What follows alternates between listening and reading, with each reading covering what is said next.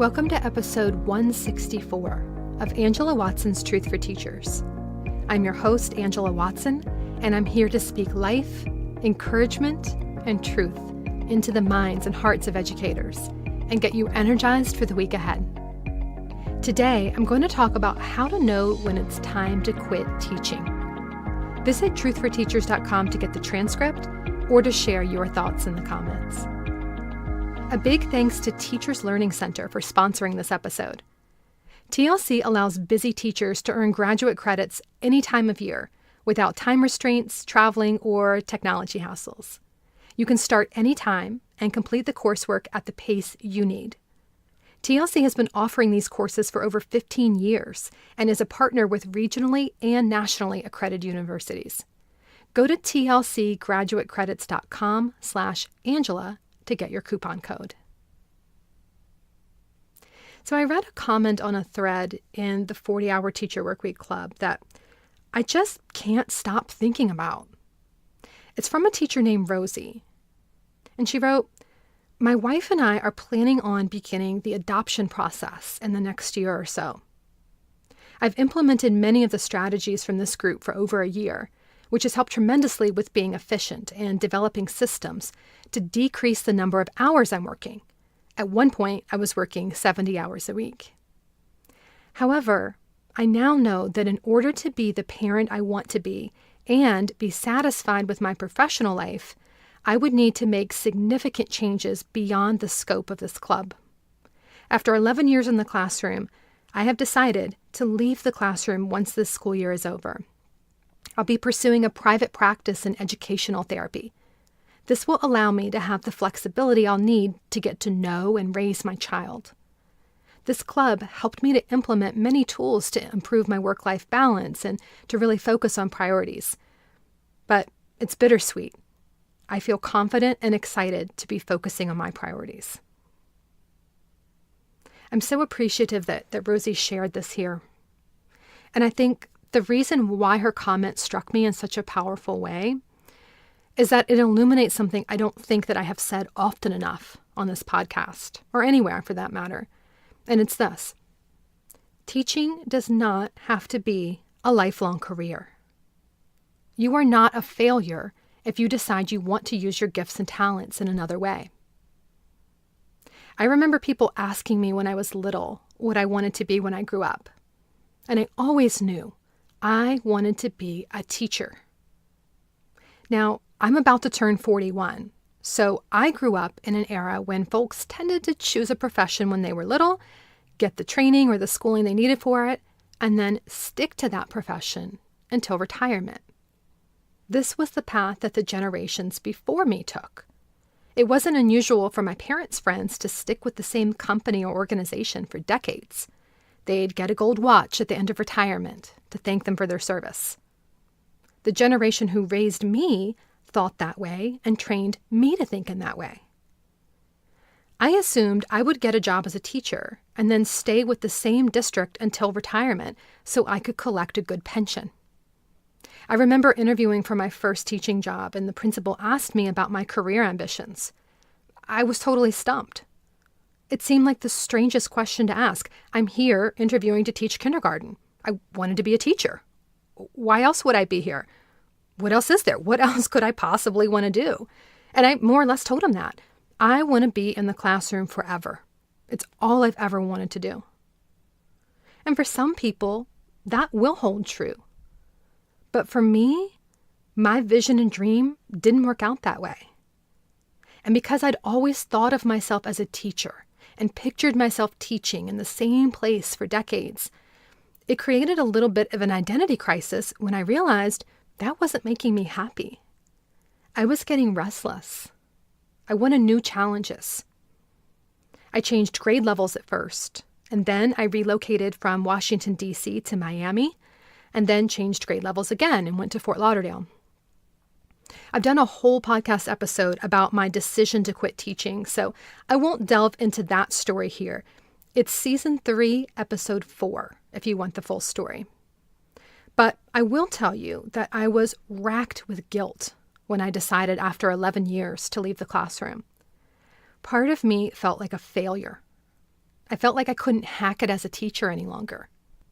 It made no sense, particularly since I was going to be doing instructional coaching, which was my dream job at the time. I guess the fact that my dream job had shifted was just completely throwing me off. Moving away from classroom-based work freed me up to make an impact in education in ways that would have been impossible if I was responsible for a classroom full of students. This podcast, for example, my books, all these types of things would have continued to be a part-time hobby, something I did in my limited free time apart from time for school and family. So it's not like the next phase of my career wasn't purposeful. I was still going to be working in the profession. I had other things planned that would continue to help kids and teachers. But I just felt like teaching was something that a person did for life. I guess this fits in with the teaching as a calling narrative. You don't quit a calling. And being a teacher was like a calling for me. It was part of my life's purpose. And so I wondered, what was wrong with me? Had I lost my way? Had my passion gone away? Did I do something wrong? Not only did it feel like a personal failure to quit teaching, but it also seemed like a disrespect to the profession. In my mind, teaching was not something you just dip in and out of, like, oh, I'll just teach for a few years and then I'll go do something else. Either you're born an educator who was committed to our students, or you're not. And I couldn't see anything different than that. So when that belief no longer held true for me personally, and I knew how much I cared about teaching and how dedicated I was to it, it was really hard for me to grapple with all of that. And I don't think I'm alone in that feeling, particularly as the profession changes and becomes more demanding. I think many people feel like Rosie, that teacher that I introduced you to at the start of the episode.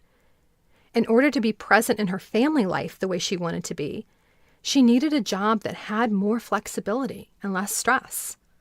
The job that she signed up for just wasn't aligning with the rest of her life circumstances. And this was something that I don't think those of us who started teaching years ago really could have predicted.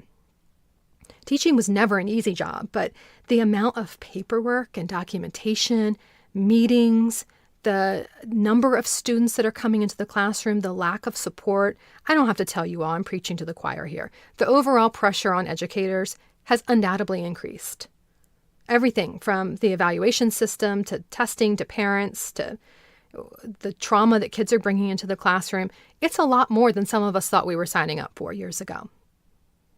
And I think there comes a time for a lot of educators to reevaluate. Is this what I want to continue doing until retirement? Do I have another 10, 20, 30 years in me? And if not, at what point do I begin the transition into something else? Is the quality of life that I want possible in this field or within this particular classroom-based assignment? What are the trade-offs I'm making financially and in terms of time? How could my life be different if I pursued another path? I think all of these are really good questions to ask, very healthy to consider. And it's something that I think the millennial generation really gets. They're far less likely to enter a profession expecting to work in the same place for their entire lives. They may work in one field for a couple of years and discover that there's a pivot they can make and transfer those skills they've gained to something slightly or even completely different. This is a healthy, adaptive strategy, and I think it reflects how quickly the world is changing. There are professions now that didn't exist when any of us were younger, and there will be new roles to play in 5 or 10 years from now that none of us have yet envisioned. It's crazy when you think about how many different ways people earn a living now, and the number of people like myself who sort of make up our own jobs and create the position we want. So, what if we thought of our careers as a portfolio of varied accomplishments, rather than one single thing that we spend our whole lifetimes building? What if we aim to look back on our lives and see a variety of ways that we made an impact and made a living? Wouldn't that be healthier than telling ourselves, well, we got that degree in education, so we have to keep teaching forever, even when it's completely burning us out, even when we feel called to do something else, even when we're passionate about going in a different direction? If you're listening to this episode, then my guess is you have considered quitting teaching at some point. And I hope that this perspective helps release you from the assumption that just because you started off teaching, you are now obligated to keep teaching until you retire. I think it's perfectly respectable to choose to teach for a while and then choose something else. People do this in other fields all the time. It's assumed that they're not going to keep doing the same type of work forever. It's not a failure if an HR manager decides to move to the marketing team. And it's not a failure if a teacher decides to become a speech therapist or interior decorator or real estate agent or anything else. The skills that you develop as a teacher are so broadly useful in so many contexts that the time you spent teaching is almost certainly going to be valuable to you in another profession. So as much as I would love to tell amazing teachers, please stay, we need you in our classrooms, I think that's a message you're going to hear basically everywhere else. So what I would like to offer you is a counterpoint, which is that we need you in the world in general. And teaching is just one of an infinite number of ways that you can contribute great things to the world. If it's not the way that you make a difference for your entire lifetime, that is absolutely fine. Obviously, that's been my path, and I've never regretted it. If you're itching to break free from the system and carve out a different path for yourself like I was, you can do that too. I will never be the one to pressure you to stay because I remember how it felt when people did that to me. I would tell them I was thinking about moving into instructional coaching, and they'd all say, "Oh, you can't quit. You're so good at this. The school needs you. Your students love you. You can't leave." All that did was make me feel guilty. And of course, I could leave. My replacement was hired within a week of me submitting my resignation. Other people wanted me to stay for their own reasons, but I was the only one who could really see this different vision for my life. I had to choose to act on it, even when everyone else said I was crazy to leave a secure job with a pension, especially one that I was really good at. When it's time to go, I think you'll know it. And that's all I can really say about that piece. I think you'll just feel it deep in your bones. The idea of setting up your classroom in the fall and meeting a new group of students just won't bring that same sense of anticipation and excitement. It might feel more like a knot in your stomach. You'll know it's time for the next chapter in my life. Staying in your job will feel like a betrayal of yourself. Leaving will feel like a betrayal of your commitment to your students or your school, and that's what makes it so hard. But staying will feel like a betrayal to you, and that's something that is unbearable.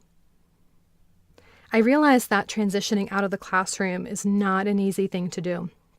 And I'll tell you something that I haven't ever shared publicly before, which is that I'm in a bit of a transition myself. I know this episode is about you, but if I can just talk about me for a second here, I would love to help more people beyond teachers. I feel my own sense of purpose shifting and sort of expanding right now. I hear teachers telling me that the things that I'm writing would be useful to everyone. It doesn't just apply to teachers. And that's something that I'm thinking a lot about. Like, who else would I want to serve? How else can I make an impact? Also, I have wanted for years now to carve out some sort of support or training to help teachers move into the next phase of their careers. I feel like I've created things to make teaching more enjoyable and also more simple and less stressful, but I don't have anything to give the teachers like Rosie, who say, "Thank you, your books and courses and podcasts were helpful, but now it's time for me to move on to something else." Once you leave the teaching world, you're leaving my world. I have nothing for you. And that's pretty ironic given that I too have left the classroom, right? I feel like I should have something else to help the teachers who want to do something different but don't know what that something else would be or how to get hired outside of a school system. So this isn't a new product announcement or anything like that. I don't even know what I could offer. I don't even know what's needed. I'm sort of hopeful about partnering up with an organization or a group who guides teachers through this process. I'm sure there have to be folks who are skilled in the technical aspects of this kind of thing, like resume writing and interviewing and career transitioning. The piece that I think I could really add some value to is the mindset, giving yourself permission to do something else, letting go of the guilt about leaving, giving yourself permission and really the confidence to chase another dream or use other skills and step into a career that lets you prioritize your own well-being and financial security. It takes a lot of courage to leave a good teaching job and believe that there are other ways you can make an impact in the world. And that's where I feel like I could offer more support. So I'm just putting that out there to you all. I have no plan. I just wanted to share. If you want support in this area, tell me though. I would love to start a conversation. Introduce me to folks who are doing this kind of work. Tell me what kind of resources you wish that I had created or the type of support you wish you had available to you. You can reach me by clicking the link in your show notes or by going to truthforteachers.com. You'll find all the ways to connect with me there, email and social media and so on. So your takeaway truth for the week ahead is from Seth Godin, who said, "Winners quit all the time. They just quit the right things at the right time." So if and when you reach the point when it's time to move on, I want you to feel good about the years of your life that you dedicated to teaching. You are not giving up. You are opening yourself up to new opportunities. You can use your gifts and talents in many, many other ways and continue to make a positive impact in the world even when you're not in the classroom. You can do this. And remember, it's not going to be easy. It's going to be worth it.